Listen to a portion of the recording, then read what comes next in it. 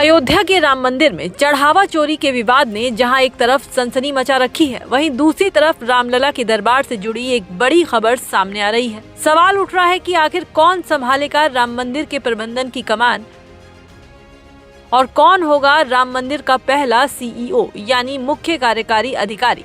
इस बड़े और रसूखदार पद को हासिल करने के लिए होड़ सी मच गई है।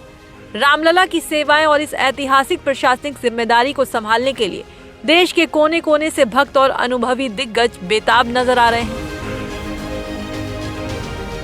हर कोई इस प्रतिष्ठित कुर्सी तक पहुंचने की जुगत में लगा है। सीईओ पद के लिए आवेदन की अंतिम तिथि भी समाप्त हो चुकी है और आपको जानकर हैरानी होगी कि रामलला के मंदिर का मैनेजमेंट संभालने के लिए देश भर से आवेदनों की बाढ़ आ गई है। सूत्रों के मुताबिक ईमेल के जरिए मांगे गए इन आवेदनों में 2000 से ज्यादा लोगों ने अपनी दावेदारी पेश की है। आवेदन करने वालों में कोई आम इंसान नहीं बल्कि देश के कई नामी चेहरे शामिल हैं। इनमें उत्तर प्रदेश के पूर्व आईपीएस अधिकारी अमिताभ ठाकुर, अयोध्या में नेहरू युवा केंद्र के जिला समन्वयक रहे रामकिशोर यादव और सीतापुर के प्रसिद्ध व्यंग्यकार अरुणेश मिश्र के साथ साथ बड़ी संख्या में रिटायर्ड प्रशासनिक अफसर और कॉरपोरेट जगत के दिग्गज शामिल हैं। 18 जुलाई शनिवार शाम 4 बजे तक आवेदन की अंतिम समय सीमा तय थी और देर रात तक आवेदनों की छंटनी का काम चलता रहा। अब इन 2000 से ज्यादा आवेदनों की प्रारंभिक जांच शुरू हो चुकी है। इस पूरी प्रक्रिया की जिम्मेदारी सचिव स्तर के एक वरिष्ठ अधिकारी को सौंपी गई है, जो सभी कागजों का परीक्षण कर एलिजिबल कैंडिडेट्स की शॉर्टलिस्ट तैयार करेंगे। इसके बाद कोषाध्यक्ष स्वामी गोविंद देव गिरी के निर्देशन में बनी 3 सदस्यीय उच्च स्तरीय चयन समिति अंतिम फैसला लेगी। इस समिति में retired justice Pramod Kohli, lieutenant general Vishnukant Chaturvedi, सेवानिवृत्त सुरेश हावरे शामिल है।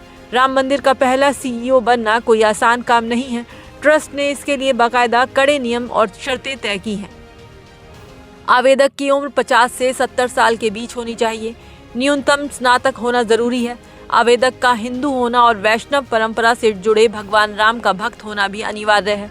किसी बड़े सरकारी विभाग, सार्वजनिक संगठन या प्राइवेट कंपनी में कम से कम 20 साल का टॉप मैनेजमेंट का अनुभव होना जरूरी है। जिनका रिकॉर्ड एकदम बेदाग है और जिन्होंने बड़े धार्मिक और प्रशासनिक संस्थानों को संभाला है, उन्हें प्राथमिकता दी जाएगी। बता दें कि कुछ लोगों ने सीधे पदाधिकारियों को भी बायोडाटा भेजा था, लेकिन ट्रस्ट ने साफ कर दिया है कि बिना तय प्रक्रिया के किसी भी आवेदन पर विचार नहीं होगा। फिलहाल सूत्रों की माने तो 22 जुलाई को होने वाली ट्रस्ट की अहम बैठक में खाली पदों को भरने के साथ ही इस पर बड़ा फैसला हो सकता है। शॉर्टलिस्ट किए गए उम्मीदवारों का इंटरव्यू भी लिया जा सकता है।